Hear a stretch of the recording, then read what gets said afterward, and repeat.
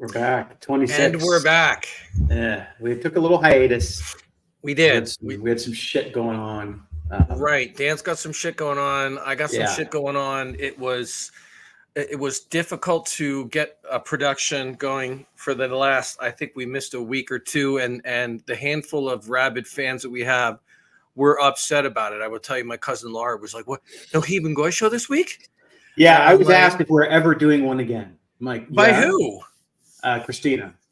Oh, she's still deep with Unky. That's a whole other thing. Oh, I can't. That was just wild. I have so many people talking about that episode. Unky.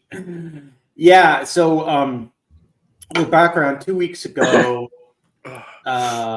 Bruce was, you've been to East Jesus, and Bruce was like, man, it's just really hot here. It's really bad. We just couldn't get everything coordinated, right? Yeah. And, last week I was in Omaha for the College World Series. I probably could have squeezed some time in, but it was just like, we're busy. You know how it is when you're. It wasn't meant to be the last 2 Sundays. I was out in the desert, and then you were doing something, and we were just like, you know what, fuck it, But we are back. We are back. I'm freshly out of the desert.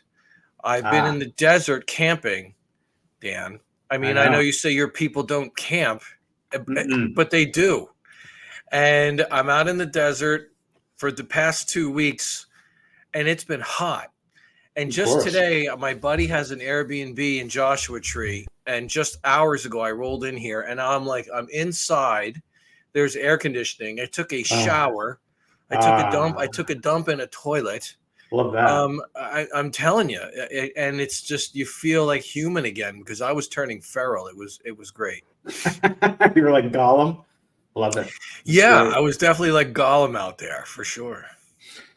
Yeah, well, I mean, we're back. We have some topics to cover. By the way, Dan doesn't know what I'm going to talk about, really. I don't know what Dan's going to talk about. Like, the level of preparation we do for the show is like pretty much damn near 0.0. I made some memes for this week. I have some memes for my topic. So, Dan, you want to just launch into what is... Dan tells me right before the show, because I had to talk about some stuff, you're not going to like it too much. I'm like, all right. Well, it's not that you don't like it. It's boring, but it's just boring. It's what's happening in my life right now. But that's what it is. And then I'll say, well, Dan, I'll clap it along if I feel like it needs to be clapped absolutely. Along. I like being clapped along. I'm not like... I mean, and I'm good at clapping people along. And by the way, do you like using that expression? I love it. I do. It's like, all right, let's go. I love it. Let's go. So, what's going on, Dan? My life right now is a shit show because, as I may have mentioned in the past on the show, I'm selling all of my properties. I have 5 rental houses and I have my own house. I'm selling everything, all of it. Selling. And why are you doing that? Because I'm moving. We're going to be building a house. We bought some land, and we're going to be building a house. And as you know, I'm going to be living in an RV while the house is being built. Right. So it's time to like sort of consolidate and simplify and just sort of... I need money. I mean, you got to have money to do all this. So that's true. So I'm just one by one, bam, bam, bam, bam, bam. So for those who are not savvy to the real estate market, that would be me. Generally speaking, over the last 5 years-ish, maybe more, we've been in a situation in this country where there's very low inventory. There's not many houses to buy. So if you're looking to buy a house, there's just not much to choose from. You're sort of like low stock. You're going out. There's low stock. Yeah. Correct. Great way to put it, right? Thank you. For a lot of reasons. A lot of reasons there's low stock. But basically, there's not much to buy. So what that means is if you're selling, you're in great shape because like you're putting a house out there and you got 30 people coming in to see it and you're getting all these offers and everything's peachy. So supply and demand, and you've got one of the rare supplies. So things should be good for you, Dan. Why? You'd think, wouldn't you? Yeah. So you might have known that in the last couple of years we've had some really bad inflation, which means you go to the grocery store and eggs cost $8 when they should be $3, or you buy a box of cereal that used to be $4, now it's $6. You know what I mean? You know what inflation is. I mean, if it's inflation is a different thing, okay, but yeah, you're right. Things are wildly expensive all over. So what's happened is the Federal Reserve, again, this is where it gets boring, has been raising interest rates. they raise interest rates. And that doesn't necessarily impact the man on the street a ton, but it does impact you if you're buying a house, buying anything where you need to borrow money, buying a house, buying a car, whatever. And so what's happened is rates 3 years ago were like 3%, something really low. Now they're like 6 to 7. So it's still historically not terrible, but it's much higher than people are used to over the last 10 years. So what that means is we have low supply, as I described to you, but now we also have low demand. You got both low supply and low demand. It's both. Is the demand low because the interest rates are so high that people are like, fuck it, I'm not doing this now? Correct. Okay. That's right. So what you're getting now is where 3 years ago you had everyone and their uncle trying to buy a house. Now you still have people trying to buy, but generally they're either not motivated or they don't need to buy. The only people who are really like, I got to buy, are the ones who have to move for their job or something. But most people right now sense that this is not the time to do it right now. Well, I don't think that's true because I don't think this is going to change. I think we're now in a permanent situation. This is the new normal. Rates are going to be. I mean, just like they're going to be high, and potato chips are always going to be $8. It's not high. Oh. In the 80s, it was high. It was like 15%. Now it's 6.5. 6.5 is higher than we're used to, but it's not historically. Anyway, don't want to get too much into the weeds of that. What that means is my MO when I sell properties, and you'll appreciate this, is there's really two kinds of people out there when you're selling. There's the ones who want as much money as they can get and they don't give a fuck and they'll sit on it and they don't care. They want top dollar. And then you have guys like me who are like, I don't want to sit on it. If I have to take less money, I'll take less money. Because of the hassle. Like I just like, you know what, let's get this done. Right.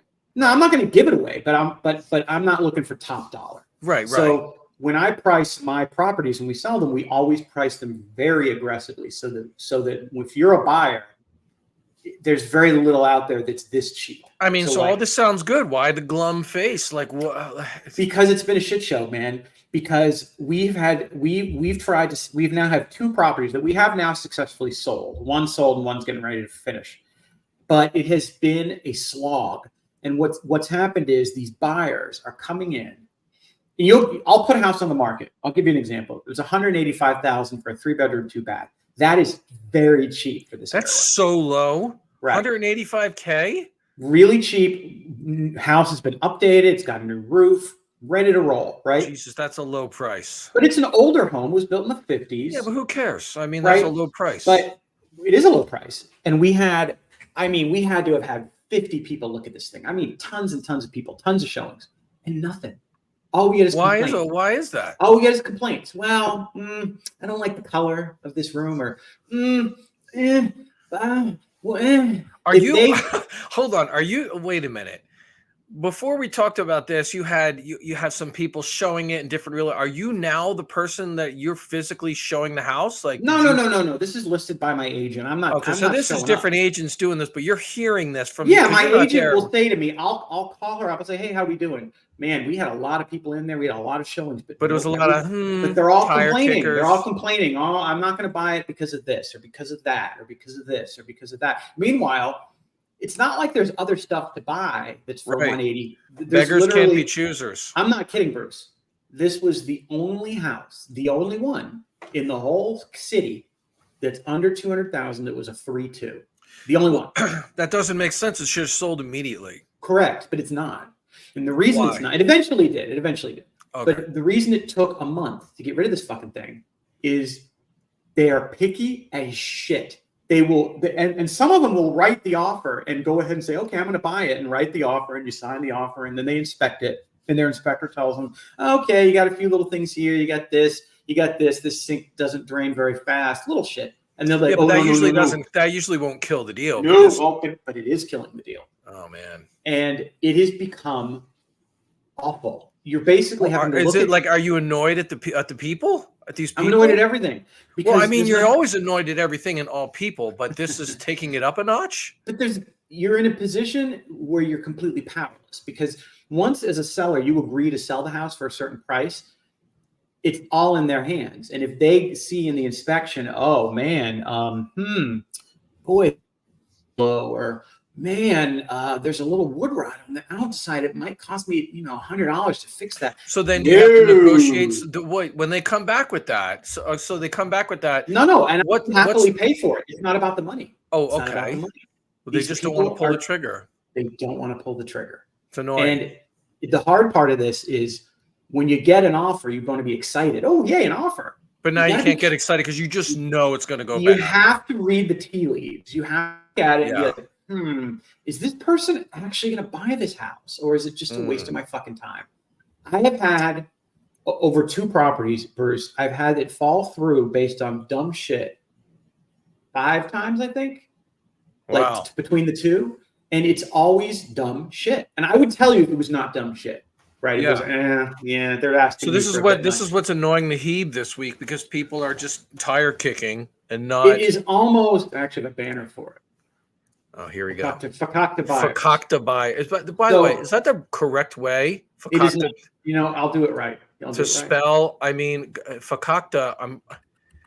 I'll spell it right. This is the way you spell it. I want to know the proper. Oh, fakakta. Yeah, okay, yeah. But pronounce fakakta. Fakakta. These people are a massive pain in my ass. And look, on one hand, I get it. Rates are high. Payments are high. I get it. I do.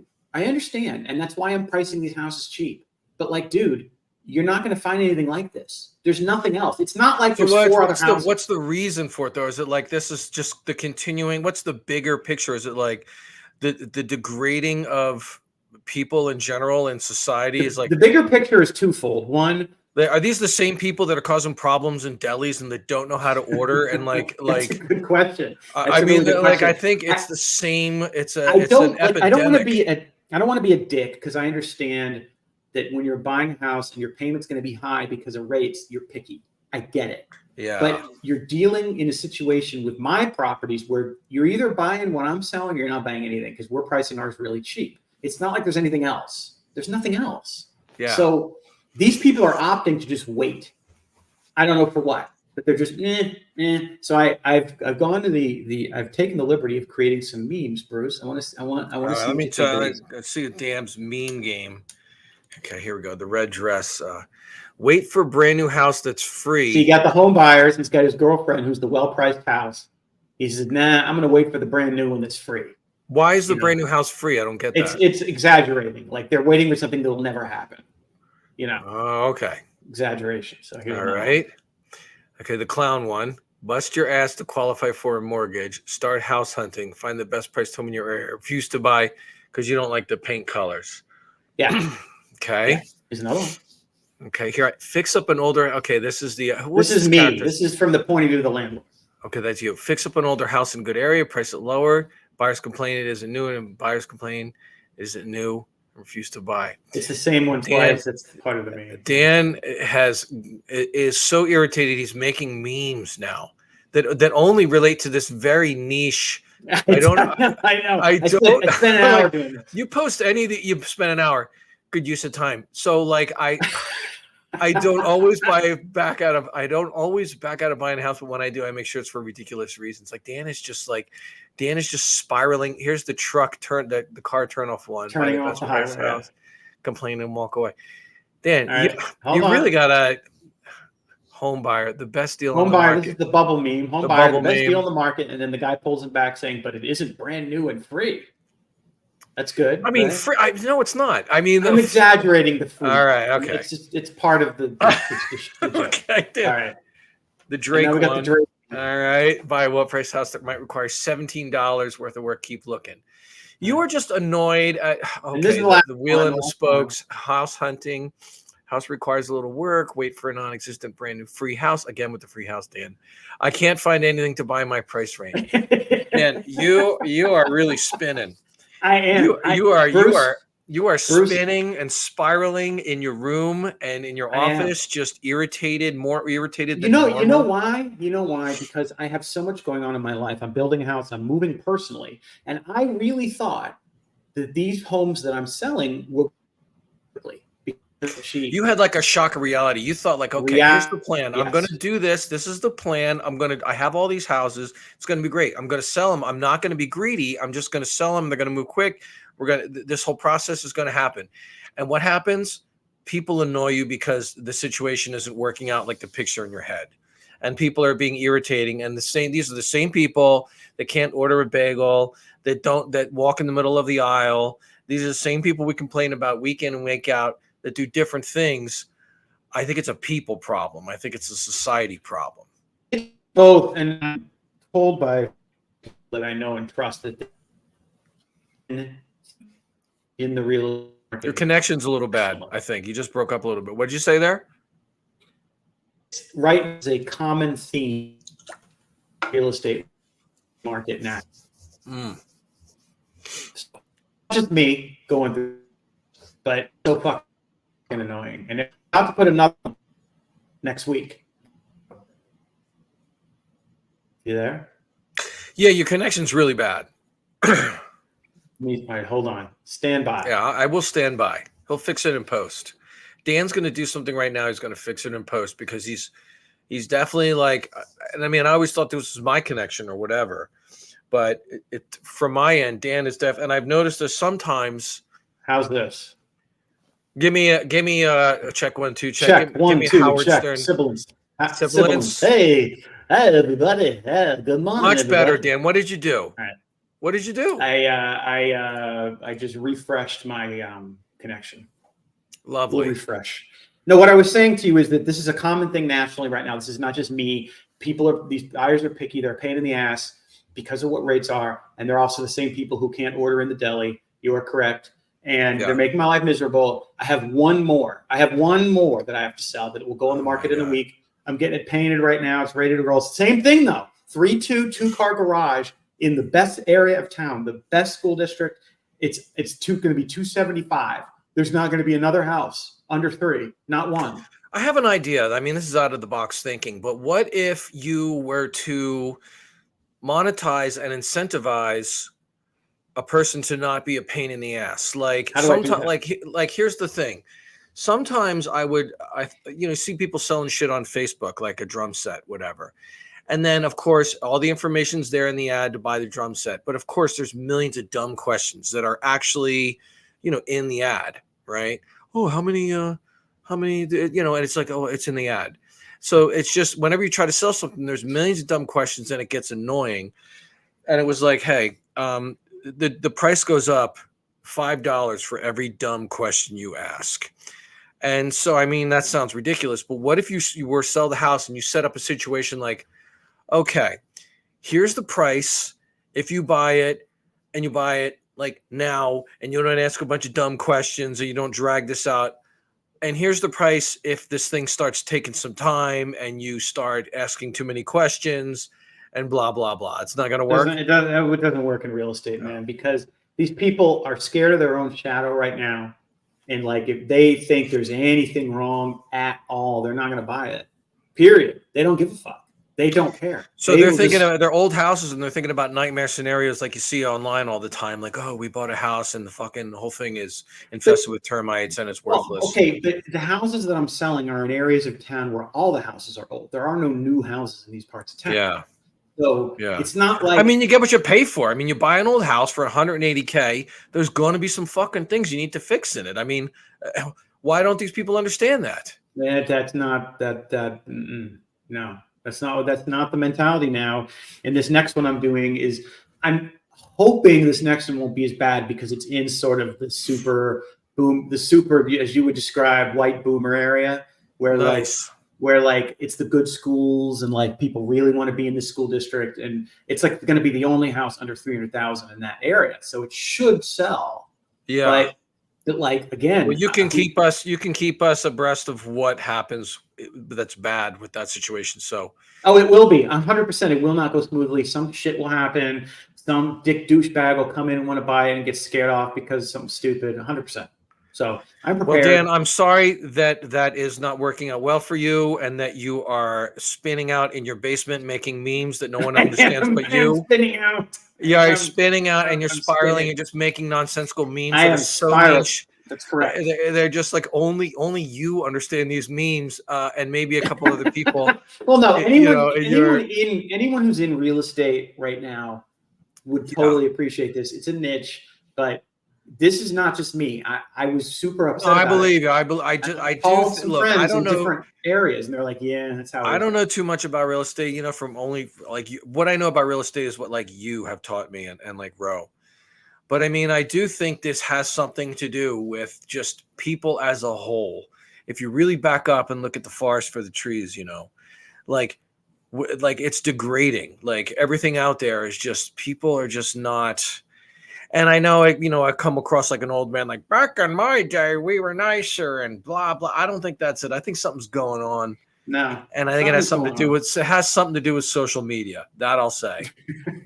I know it. It's See, got to be true. you think buyers are getting on on Instagram, like, "Hey, do you think the house is going to fall down next week?" Yeah, that's exactly what's going on. Like the guy, like say his friend, and some guy makes a dumb comment, and it's just like there's two. You know what it is? Back a long time ago, there was not enough communication, right? In general, like, oh, someone made the phone. We can now talk to somebody else. And that has gone now so on the other end where it's like everyone can talk to anyone at any time and everyone's got opinions and you all hear them and there's comments. Like the worst thing in the world is to read the comments section. I don't care. Oh, you can't. You can't do I don't it. care what format you're in, what No. platform you're in. The comment section That's the is where worst. the devil is. Yes, I don't read it. And it just, what was weird is that I was out in the desert and for this past week, I got very little internet. Like I literally had to hike to the top of a hill, which I hate doing, to get to the phone to work. So I was forced to just camp out there and there's just no social media. Just the phone didn't work, no texting, nothing. And I got a lot of artwork done because of it, And I found my brain changing because of it. I'm like, oh, I'm not just sitting here poisoning and doom scrolling anymore. Like I'm doing other things. And I would like, and then it was great. And then the minute I got into this house, what did I do? I got in the air conditioning. I got right on the phone. I doom scrolled for the past 3 hours before I talked to you.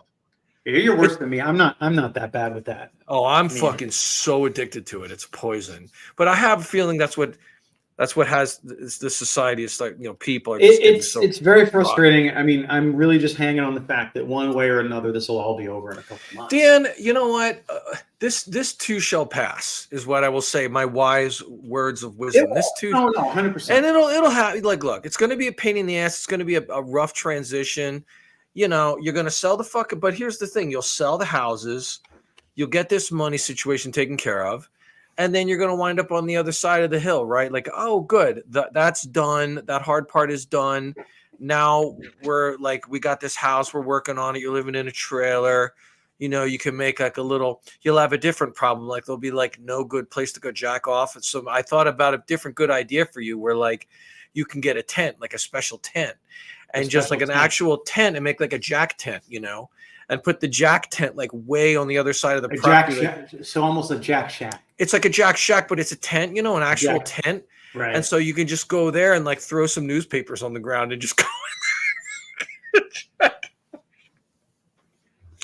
Dude, actually, you want to see? I jacked off in the desert the other day, dude. It was amazing. Like, have you ever done that? No. Well, I've hardly ever been to the desert. Here, you want to see my? I want to see Dan's my. not too interested in my jacked off in the desert. No, this is what I'm going to show you is not a jack shack, but I'm going to show you. This is the nice RV that you're getting. I'm sure. No, this is my barn. It was just built. Oh, the barn! They put that up already? It's up. The barn is up. Now I love that. It's got two little outcroppings for like shade, and then the structure on the left is the chicken coop. So yes, there's going to be a fence going across, but yes, though that barn is a 20 by 18, so it's like 360 square feet. Is that where the pigs are going to be? Pigs, yep. They're going to have a little pig door. They're going to be able to come and go. The barn is going to be air conditioned. God, the and pigs insulated. Have it better. The pigs have it better than I do. God. Yes, it's going to be insulated and air conditioned. I'm going to go live with Dan in the pig barn. I'd be happy. Listen, man, if the shit hits the fan out in Arizona, I'm going to have an RV connection back there. And nice. It might. I mean, Phoenix, Ro tells me it's 113, 115. And it's like, you know what? That's all fine and dandy until the power grid goes. And then there's going to be a real problem. Yeah, wow. Without electricity. It's pretty fucking hot here. It's not 115, but it is hot. It's humid there though, right? How are the bugs, dude? I was out there dealing, because one thing I want to talk about is bugs. And I want to know about how the bugs are in Florida. Like in my head, it's really bad because it's humid and there's just fucking huge mosquito. What is the bug situation in Florida? I mean, it is. I live effectively in the swamp, right? I mean, and is it like horrible? Are you covered with mosquito bites? Do you like? No. So we have a trick with the mosquitoes. We have a bat house. Oh, that's a good idea. So it's a natural. So you put up you have like a little, how many bats do you attract? You got like a little like stand and they're like a birdhouse, but it's a bat house. And there's like a couple dozen bats that are flying around your place and they're just eating all the mosquitoes. Is that really what's going on? So a bat can eat up to 1,200 mosquito-sized insects per hour. What? Yes. Yes. I gotta get me some fucking bats, dude. So we have in our backyard currently where we live, a bat house. And we are getting one built in the new place too. It's not what you think. It's tiny. It's like a birdhouse on a stick, right? It's not very big. tall. It's got to be very, very tall, like 20 feet high. And It has to be like 20, 30 feet from the tree line. But it's like a 3 foot by 3 foot cube that's up there. It's not a cube. It's let me see if I can find it. Dan's bat house. I didn't know. So Dan has like chickens and pigs and bats. Dan's the bats are not my pets. But I know, but you're like a Dr. Doolittle out there, like a friend of the animals, and Here, I will share this so you can see it. Okay, that's a bat house. Oh, you know what? It looks like a mezuzah a little bit. It looks like a large. It's a bat mezuzah. Dude, I assure you, like a wide. I assure you, there is no copy of the Torah in my bat house. Okay, so maybe take put this in there. Okay, so you can see it's like 2 feet it's flat. tall. It's kind of like yes. It's only there's a 6-inch opening, 2 feet tall, 1.5 feet wide. And you put it on a pole, Hold on. I'm looking at the prices on the right. This is a thing made out of wood, and it's $1,000. No. Yes, it is. Look at the prices on the right. You can buy 3 at $118 per. Oh, okay. Oh, I saw there's some for $900 on the bottom. I was like, what the $900? Oh, that's if you buy 10. Are you gonna buy 10? Oh, okay. Do you want 10? No, I don't want 10, but that would be a lot of. So basically, you got this, and this helps with the mosquito problem. You basically you get the house, then you have to put it on a massive pole, like huge, like tall, 30 feet. You got to get the good pole and cement it in there, so that's going to take some money to get. Well, we didn't cement it. We just dug it out real good. So we're at the new house. We're going to do another bat house, but that helps. That helps a lot with mosquitoes. So if the bat house is like just this wooden box that you put it up there. How do the bats know that's for them? Do you put like a little thing that they're attracted to in there? Like no, they normally they'll live in trees and stuff. They'll find it because it's the height of the tree. Fucking find that, and it's like, oh, this is a nice place for us, and they move in. Yeah, so they'll be like, in even that little thing, there'll be like 50 bats. So they can eat 50,000 mosquitoes an hour. I like that. You like that? It's good. I like that a lot because I wanted to talk about camping because I was out there in the desert for like 2 weeks, and but in the desert you don't get bugs really, right? It's just so the first week I was at East Jesus, which you might know is in Slab City, and it was it got really hot, and I discovered something about myself. And I knew going out there to do art in the summer was like pushing it. And I know that I like to go out there and I camp it where it's hot temperatures. Everybody knows I like hot temperatures. But I knew doing this in June was like almost kind of a sketchy idea. Like, dude, it's going to get too hot out there. And I'm like, no, I'll be fine. Now, there's no air conditioning out there. None. So how did you sleep? So badly. So basically, I go out there. And so the caretakers that are out there, there's no air conditioning for guests like me. And, they're like, hey, if you come out, you're welcome out here. But number one, you have to help with operations. Which, it involves some gross things, but it's like doing labor, you know what I mean? And then they're like, okay, we'll put you up in one of these trailers or whatever. And I'm like, okay. So I bought this hammock. It's like a hammock that's made of mesh. And the idea was you know what I did, Dan? I bought one of these, like, you ever see these guys in Africa? They wear, I forget what it's called. It's like a dress, but it's made of linen and it's tan. Yeah, sure. And I forget. It's called a something TH. Thor. I know what you're talking about. Yeah, like Ethiopian dudes wear them. Dude, dude, I bought one of these things. I was like an impulse buy on Amazon, and it's got that good linen material that's sort of soft. So my idea thinking was, okay, some of the things I'm going to do to beat the heat is I'm going to be like naked and then put on that garment, the African dress, and wet it. So it'd be like wet. So it's like a mumu. It's very much like a mumu. All right, so you wet the mumu at bedtime. I wet the mumu. No, I walk around all day with the wet mumu, and I'm naked underneath, right? And when I found out about the wet mumu, and when you don't wear underwear and stuff, the wet mumu presses up against your peen, and your peen is like basically like visible. It's like, you know, when a woman wears a wet T-shirt and you see the nips and the boobs and everything, twig and two berries are down there, just like for all to see. And no one's looking for that. I'm certainly not looking for that. No, not when it's 110. No, but here's the deal. I found out, like, okay, so when I'm out there and I suffer through the shade, and I bought a bunch of little thermometers so I know what the temperatures are in different zones. They can dramatically change. Average day out there, you know, it's around 115 in the direct sun, 115, 120 direct sun. Then in the shade where I put this little hammock, it was clocking in at around 107. And I would spend the entire day just lying in the hammock with my wet muumuu, reading books and stuff, and drifting in and out of sleep. And it was still very hot, very uncomfortable. And then at night, the idea was to make art at night. It was too hot at night. Lows were like 87. So I can't sleep. So I was miserable for like a fucking week. And I don't know, like I caught myself out there, like having a conversation with myself, like, Dan, like, I was like, what are you doing? Like, why are you here? Why would you come out here? You know?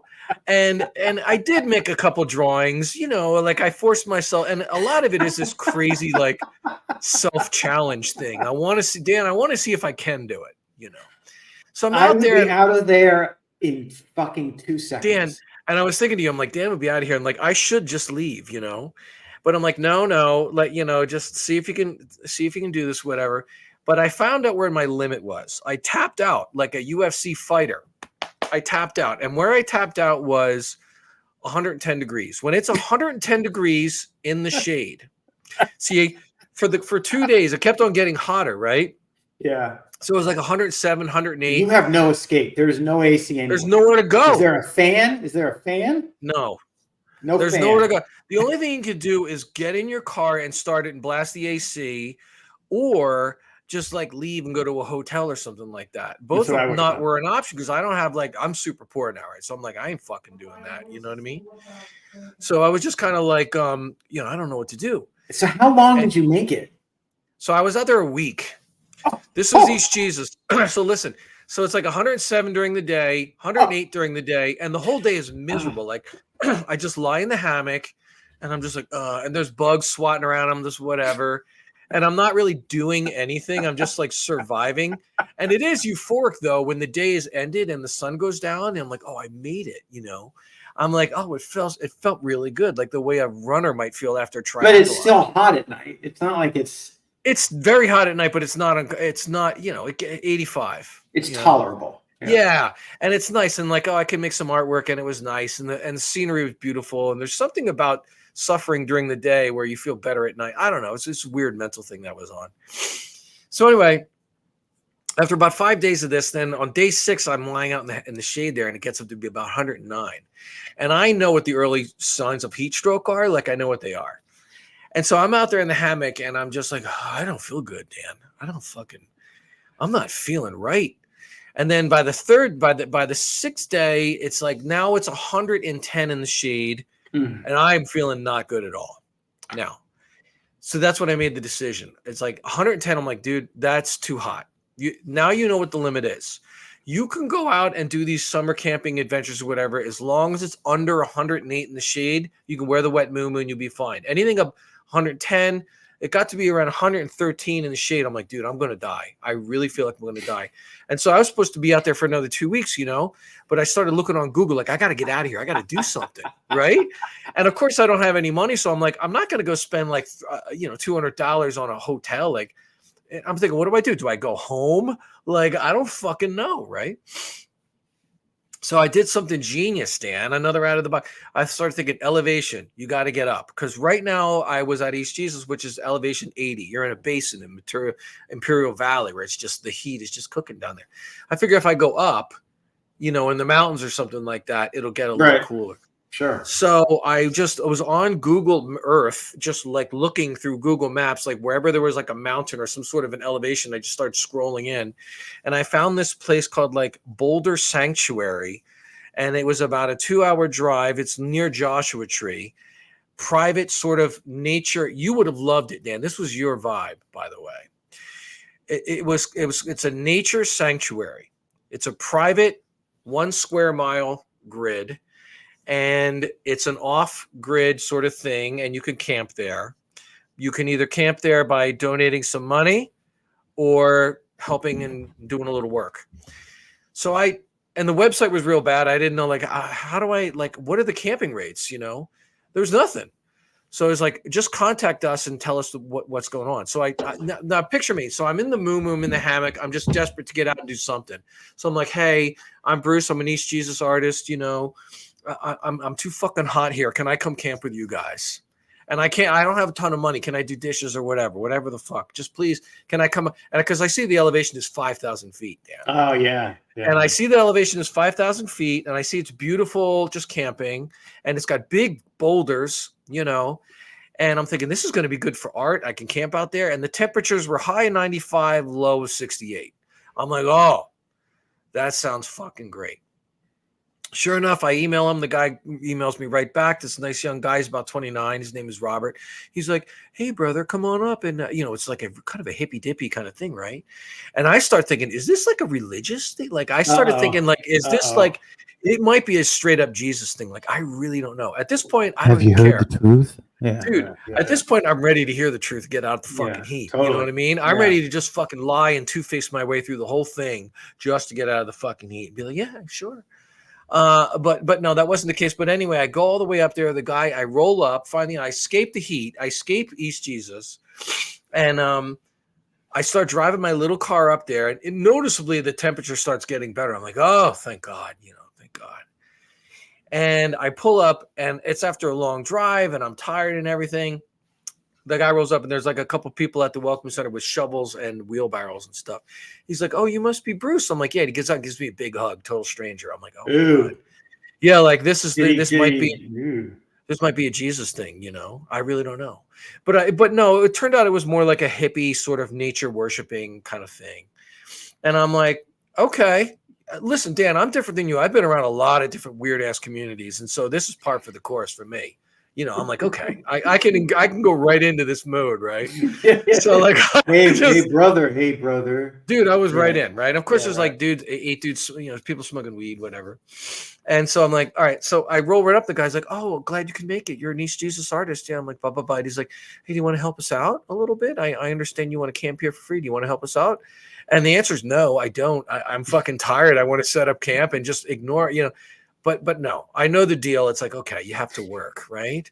So it's like, okay, help us out. Why don't you park and grab a shovel? I'm like, great, I'll park and grab a shovel, So I park and I grab a shovel and I fucking work. And I work for like a couple hours. And what did you do exactly? Well, they were doing some like sort of landscaping where they were just like flattening out a desert area. So this is moving, just like you're at home with Ro, basically. It's exactly like I'm home with Ro. It's exactly like a get out there and move that dirt from over there to there, cut down the street, move some dirt around today.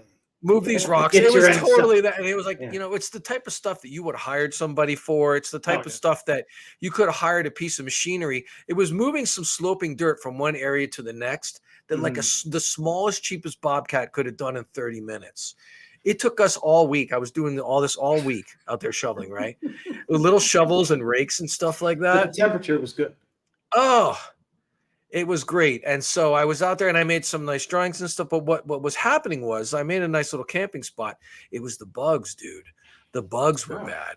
So I'm out there trying to draw, and I got this little table and I got the outside lights going on. And like, so you're trying to draw and you're getting into the zone, and it is working. It's beautiful. There's good energy. I'm making these drawings, and you're in the zone. You know what cracks you right out of the zone is a fucking moth or something landing on your face when you're trying to draw. It's like, and you're like, bap, bap.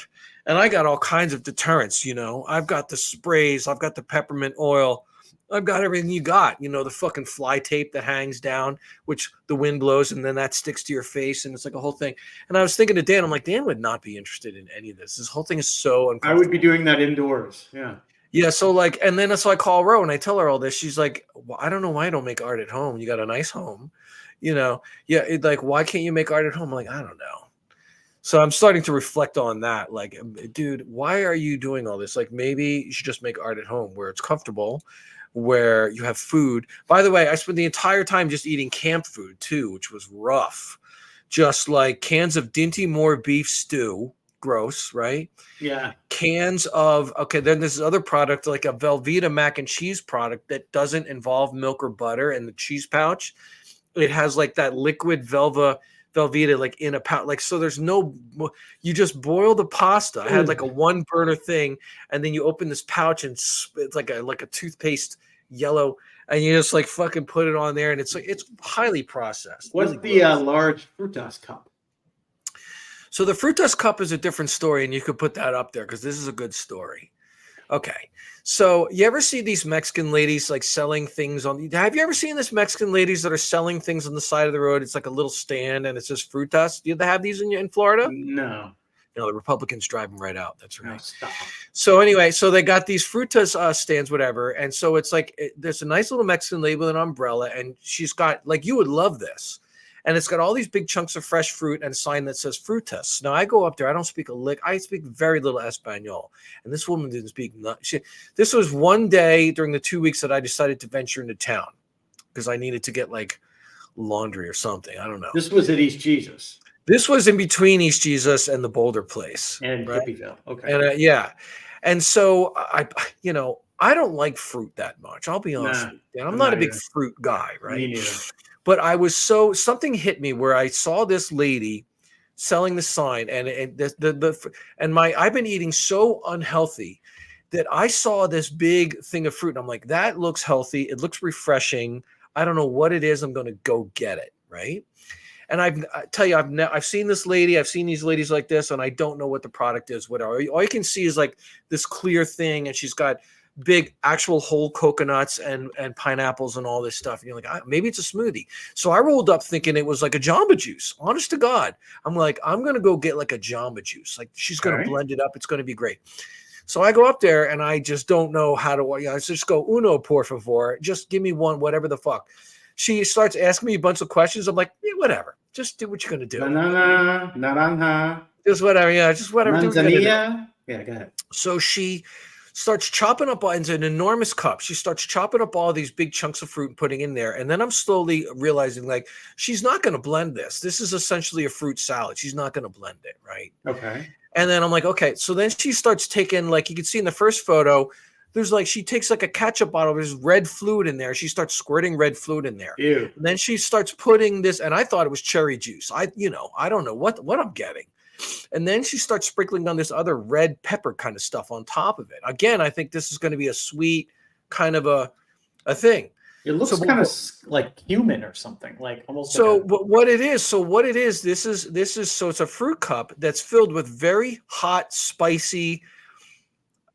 It's like chili pepper. It's like a liquid chili pepper, and they should put salt on it, and this other spice called tajin, which is like Mexican people put this spicy stuff on fruit. Apparently it's a thing. Like, white people sure as hell don't put like spicy stuff on fruit. Like, I thought that's why I thought it was cherry juice. I thought I'm going to get a smoothie or whatever, but I'm rolling with it because I'm looking at this. I'm so into it right now. It's $10, by the way, DS, and I'm like, oh my God, $10 for a fruit cup. That's a lot of money, but fuck it. I'm going to go for it. Plus it looked so healthy. That was the main thing. I'm like, I feel so gross from eating mac and cheese and Dinty Moore. I need some fucking fruit. I feel so gross. I need some fruit. So I got this thing. I get it, and I put it in my cooler with some ice to chill it. I decide I'm not going to touch it. I'm going to eat this for dinner. So I set it aside, and I spent the whole day. And the picture on the left, you can see the picture on the left. That's the big boulder I'm camped right next to. There's this massive boulder, and I got a little shade structure and a little table, and I'm just chilling there, right? So then it gets to be around dinner time. I'm like, time to eat the frutas. It's Frutas, frutas. And so I'm like, let's get into this. Let's try this. And I take a bite of it, and it's so hot. Like I'm talking like, and it's cold temperature, but like it's spicy. Whatever the fuck, whatever that red stuff is that she put on there. And now it's cold, but it's also very tasty, and it's very spicy, and it's delicious. And I'm way into it, right? And I'm so into it. I'm like a crazy person. Like I'm talking to myself. By the way, that whole week I was out there at the Boulder Garden, very little social interaction. Unlike East Jesus, like you're alone all day. So I'm talking to myself more than normal, right? Like a crazy person, plus the heat and everything, right? So I'm out there eating this stuff, and I'm sweating, and I'm just going, I keep on repeating the word frutas, frutas, right? And it's delicious though. It's watermelon, it's cantaloupe. There were chunks of cucumber in there for some reason. There's pineapple. There's big white chunks of fresh coconut. Like it's super healthy, whatever the fuck. And I'm eating it all. It's kiwi, and it's like delicious, right? It's an enormous cup, and it's a lot of fruit. Now, here's the gastro situation. I don't eat a lot of fruit normally, right? Yeah. So, when I tell you this thing must have been around a half gallon of fruit, I finished that cup. I finished that cup under protest because I'm like, it's getting to be empty. There's nowhere for me to keep the leftovers. So it's like, you're going to eat this, you know? And I'm just like a maniac just going, frutas. And I'm sweating because it's so hot. Like the chili, frutas. And I ate the whole thing, right? And I'm like, oh my God. Whew, Dan. Then I started like sort of like heavy breathing, like, oh my God. Then my body starts going, dude, that was probably a bad move, right? The amount of gas that I had for the next 48 hours. Yeah. It was fucking wild. Wow. And I've never eaten that much fruit at one sitting I'm 56. I've never eaten that much fruit in one sitting in my life. And it was an interesting experience. And I knew I was going to talk about it on the podcast because it was really good. And you know what? It's one of those things where like you see her on the side of the road, like, oh, it's $10. I'm not going to do that. But then I'm like, you know what? You're 56. You've never had a Frutas cup in your life, Bruce. Yeah. You've done a lot in your life. We've done a lot, but no. You've never had a Frutas cup. Let's go see what that's all about. No, it's not a Jamba Juice. It's not a smoothie. It's not sweet. It doesn't taste like cherries. It's not a strawberry dream. No. This thing has got the fire of Diablo himself in there. And like, and it was good, but it was like, oh my God, it took me for a ride, bro. And I had like nightmares and really crazy visions. I'm like Jim Morrison out there with fucking peyote. I am a golden god. Yeah, it was like I'm like Jim Morrison on a vision quest out there with peyote. But instead of peyote, it's watermelon. It's frutas. Yeah, I was on a frutas vision quest out there in the Boulder Garden. You know, Bruce, you struggled with the Espanol, but did you know that the people who built my barn did not speak a lick of English, and they had to ask me questions about what to do, and I answered them. You're pretty good with Espanol. Like like, can you get through basic sentences? So I used to be fluent years ago. Oh, and no then, shit. Yeah, in college, and it was probably my best subject. I was really good at it, and then over the years, I just haven't used it. So I still, I would say that I speak a little at this point. But I speak enough. It was enough to understand and ask questions in a very broken way to like get things. See, I admire that so I was able much. to clap. I was able to clap it along. All right. Because these guys, they show up at your property and they got questions. Where do you want the door? Where do you want the window?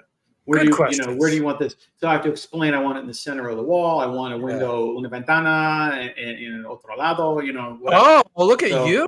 God damn, that's good. Yeah, no, I was, the wife laughed at me, but I was impressed with myself. Like, oh, wow. Like, I haven't used this in many, many years. So I was pretty happy. I wish I spoke a second language, man. It's just like that is the superpower to me. Anyone that can do that, like I hang out with the banditos, at the soccer games and stuff. These are like serious Mexican guys, and they speak 2 languages fluently. Well, Fluently. yeah. I mean, you live on the border of that country, so that's understandable. Like, And I mean, you know, I don't know. My brain cannot. Math and language, horrible. math, you say?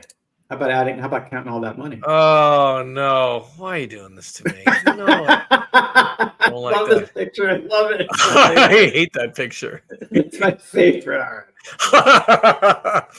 No, so I spent 2 weeks out in the desert, and like I said, I just got back, and my friend is letting me stay at this nice Airbnb that he has out here. So I'll be out here for a week. Another week. So yeah, and this is I found out one thing I told you that I learned that like 108 is too hot. I've learned that 3 weeks is the maximum trip that I like to take, because this is a month-long trip. Yeah, this is a whole month. Yeah. And Ro is like not missing me at all. She's like, oh, that's fine. We're fine without you and stuff like that. And I'm like, do you miss me at all? She's like, it's quiet around here. I assume Otis is with her. Oh, of course. Okay. All right. Otis with her, and Emmett the tortoise, and she's doing her thing, and but yeah, like it's nice and quiet around the house. Like she probably gets things done without me irritating her, and but for me it's too long. Like 3 weeks is enough. Then I'm ready to come home. But I don't know if I'm getting older or whatever, but I just spent 2 weeks in the desert, and I'm like, yeah, I don't want to do fucking camping. Like it's great and I love it and stuff like that. It was just too hot, and the camp food, and I was too uncomfortable, and the bugs and all this. Now look, I had a good time, and I made some good drawings, and I did some really good vision quests too. The Frutas vision quest, in fact, was really good. I do a lot of sort of like, I mean, you make fun of me, but I was doing some sort of hippy dippy kind of like mental, spiritual type of shit out there. But I don't know. It was pretty cool, but I'm like, I just kind of want to go home and fucking get some air conditioning and like fucking get Rose cooking again. I'm sick of my cooking and my camp food. Yeah, that'd be rough. I mean, and I was thinking to you, I'm like, Dan would not like any of this. Like Dan would be out of here. No, I would be out. Yeah, it was pretty uncomfortable at times. I did. We're packing up and moving, and all the art has to go in storage because we're not going to have room for art in the RV. So right. Your painting is in air conditioned storage. Your painting is air conditioned, and you were not. Isn't that interesting? My painting and the pigs have air conditioning, and I don't. And my artwork, yeah, like I'm the low. But you know what? That's good that you're doing that, because you don't want to put because it's going to be in there a year. Yeah, it's going to get fucked up. Like they have that out in Phoenix too. They have like a lot of storage spaces, because boomers are notorious for like having a bunch of shit and not getting rid of it. So what are they going to do? Pay for storage space. So there are two kind of storage spaces, as you know. They probably do the same thing in Florida. Some are climate controlled, right, and some are not. And look, you put anything into a non-climate controlled fucking shipping container, it's going to cook in there like it's a solar oven. Yeah, I mean, the only stuff I'm putting in there is like shovels or tools like that. But some people don't think it. Like some people, I've seen record collections ruined because some people put their whole ass vinyl collections in like one of those things. It's crazy. And good luck, everything's ruined. I mean, even comic books or regular books, it cooks the glue. No, I don't. Yeah, no. The only stuff in there is like my golf clubs or shit stuff that can handle it. Yeah, no. But that's all. I mean, look, I was glad to hear about your your real estate woes, but I know you'll get through it. You will come out above, and you will think positive about this, which I know is difficult for you. Yeah, and you will sell the house. It will be fine. Next weekend. This is what a fucking, as we say in Yiddish, this is what a mensch I am. Right. My uncle rented a house for me, and he just moved back to Chicago to be with his family. This is the guy with the car you wanted me to get. Yeah, we sold that. So okay, good. We did really How well. much did you sell that car for? 11.2. What? Yeah. I told Dan I would spend $800. Yeah. Wow. You're like that buyer. You don't. I know. I was like, it's annoying. So wait, that car sold for 11.2. Yep. And so you're real mensch. What happens? So your uncle's doing. So my uncle's moving. He moved to Chicago. He's gone. He left today. And Yeah. he has this cat, and he was so scared about traveling with the cat. Oh no. Because you have to take the cat out, at security, and he's 82. So I said to him, look, I'll bring the cat on next Friday. So next Friday, I'm flying to fucking Chicago with this cat. And he couldn't fly to Chicago with the cat?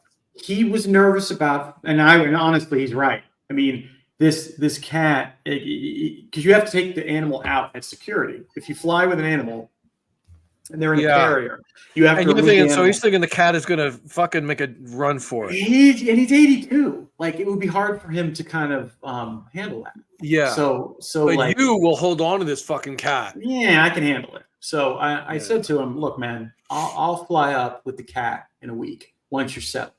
How's that? Let me ask you, but are you going up there just for the cat, or are you doing another sort of... Well, I'll see my aunt. I haven't seen her in a while. That'll be good. I have very few. Nice meal. They sound like they're a nice couple. As you know, nice well, no, he and my aunt divorced 30 years ago. Oh. But she lives in the same area now where he's moving. And as you know, I dislike most of my relatives, but I do like this one. Like, she's good. Oh. And I will go and I will see my aunt. I will see her new place. We'll have some food. And so is the aunt? I'm interested in this. So the aunt is like 80s. She's an old late 70s. Late 70s, old member of the tribe. Old school. No, mom's sister.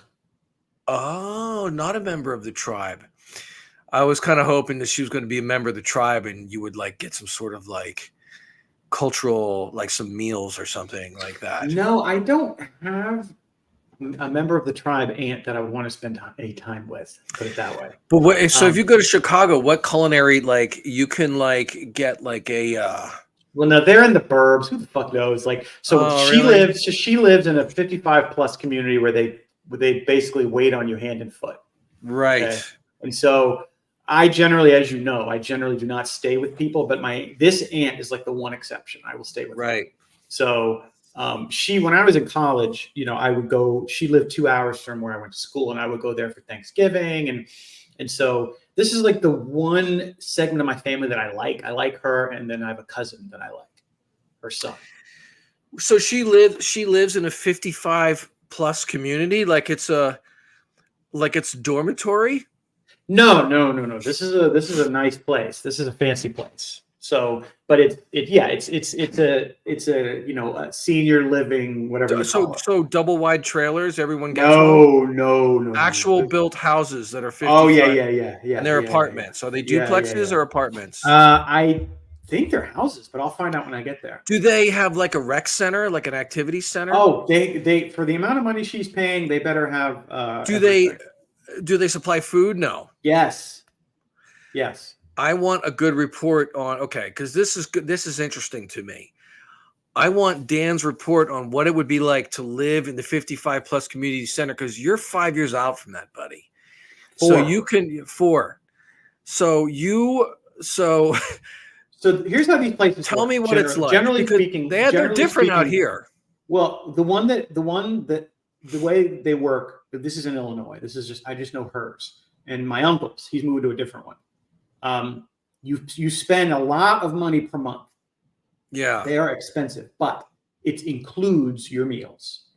It includes meals. It includes your utilities. It includes internet. It includes cleaning. They just fucking take care of everything. It's almost like a hotel kind of situation, but you're in a house. And they clean, they handle everything. Wow. And there's ones that are less and more, and there's some that do more for you, and you know how it is. But my uncle is getting a 400 square foot studio for $2,800 a month. But my God. But that covers your food and your utilities and everything. He doesn't have to do jack shit. Nothing. Nothing. But if it's 55 and up, let's be honest, there's very few 55-year-olds in there. Everyone's pushing 80 in this place. Probably.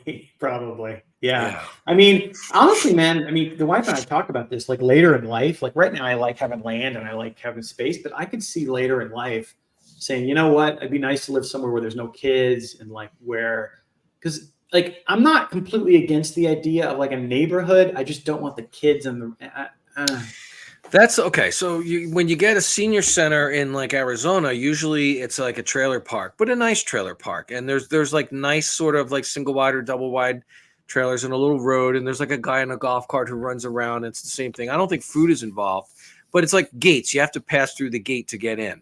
And I was curious, and I sort of checked these things out because they had these big signs up that said homes starting at 40,000. I'm like, what? How do you get a home at 40,000? Well, it's a trailer, and you buy the trailer, but you pay rent on the land that it's on for your whole life. So you don't, and so really it's a fucking sham. You don't really own it, right? And it's like, that sucks. But then, like, I go to some garage sales sometimes in these places, and yes, the kid situation is a problem because even though they look down upon it, people got to visit grandma, and what do? They fucking roll in and they visit grandma, and there's kids running around. Yeah, no thanks. And one thing about this Boulder place that I was just at, this Boulder sanctuary that I camped at for this last week, what you would have really loved about it, now it was brutal camping because it was like rough camping. It was kind of hot. Dan, when I tell you that entire 24-hour cycle phase would pass, I didn't see or hear another human being. Because when the guy said, "Hey, it's a big area. Where do you want to camp? You want to be close to the main center so you can get coffee in the morning, whatever." I'm like, "No, I want isolation." He goes, "I got the perfect spot for you. You can be against a boulder that's a wind block, and it's super like no one's going to be around there." I'm like, "Really?" He goes, "You might not have cell service." I'm like, "Whatever."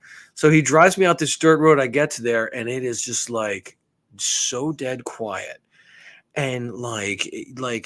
I was thinking, wow, this is Dan would love this. He's like, no people, certainly no children. Like a week went by, and the only people I saw was when I drove to the welcome center to shovel dirt for an hour, whatever. But it was it's just fantastic. I think that's why I do it. You know what I mean? Like it was bad. Some parts of it were very uncomfortable, but the isolation and the peace and the Mother Nature was just. See, I do like. Look, I'm not a camping kind of guy, but I do like that isolation. And I like outdoors. I just like to sleep indoors. That's all. So you would like this because this is what I'm going to do in the future. Ro and I are going to get these little trailers, right? We're going to get little trailers, and they're going to be good little trailers too. We're each going to get like a little 14-foot trailer and our little vehicle and pull it around. And the trailers are going to have power and air conditioning, and there's going to be showers and regular toilet. The trailer's going to have all that shit. I'm not going cheap on this because we're going to sell the house, use the money, buy the fucking trailers, and hit the road. So this would be that good situation if you could have a trailer and be out there in the middle of nowhere. And just like no children, no, you didn't hear any like razors, those like quads running around or like any kind of tunes or like it was just dead quiet, like the little desert mouse and the lizards and the birds. And it was just really nice, Dan. But it was hot. Yeah. Maybe in the winter. Yeah. So I'm glad we got a podcast in. I'm going to Chicago next Friday, but I'm back Saturday, so I should be able on Sunday. If you're able to, I should be around Sunday. You know what? Next Sunday, I could do it. I'll do it Sunday morning. I could do it Sunday morning because I'm leaving here. This Saturday. I'm driving all night to get home to Phoenix, and then I'll be waking up Saturday, and Sunday, and I can do it. I could do it Sunday. Okay. And maybe I'll try to come up with some more interesting things to talk about. I apologize for not really having. No, it's all right. I mean, we're both. I mean, you're out and traveling, and I'm like, my life is in shambles right now, trying to move and all my. My shit. life is in shambles. No, other people should be so lucky, Dan. I mean, you're lucky. No, I just mean the move. I mean, just like the move is. I hate moving. I hate it. I hate it too.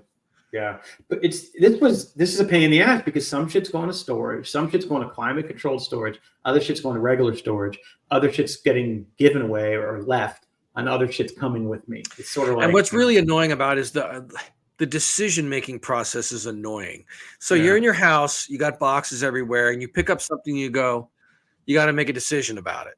What's going on with this thing in my hands? Does it come with us? We're going minimal. Like we're only taking shit that we know we want. If we don't think we want most stuff is going to storage. Like that's the default storage, or is it going to like Goodwill? Which just depends. If it's something I think I'm going to use or keep, and once we move in the house, once the house is done in a year, then it'll go into storage. But if it's something like, well, Well, then thank you for keeping my art and not giving it straight to Goodwill, because that is the worst way. It's the worst when you go to art, like as an artist, like I go to Goodwill and you see like some like painting that someone clearly worked really hard at. No, I would never do that. And they just in there. I know you wouldn't, but you see so many of it, like, oh my God, someone's grandfather made this painting and then he died and their adult children moved in. We're like, yeah, fuck this. No, I mean, when I have in the new house, when we build it, I'm going to have a loft, and that loft will be my office. And your art's going to go up there with all my I love it. I got my Ronnie James Dio thing, and I got my Iron Maiden thing, and I got your thing, and Oh, that's nice. Thank you for being a supporter of the arts, Dan. Yeah, well, if you can't be an athlete, be an athletic supporter is what I always say. Yeah, for sure. Yeah, but yeah, that's all we got this week, fellas. It's kind of it was good. Frutas and the wet mumu. Right, the Frutas Vision Quest and the wet mumu.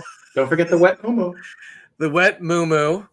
Yeah. Forget it's called something with a TH. This is an African dress. I like mumu. Luckily, I didn't take any pictures of me in that thing because it looks worse. I look worse than in that picture with me with the big head. Like it's worse than that. It's worse than that. Really? Except I'm wearing a mumu with my penises showing. Not good, dude. And it's like small. It's like really. It's like shrinking. Well, because of course. I mean, it's hot. Bird's nest. It's like a bird's nest. Yeah.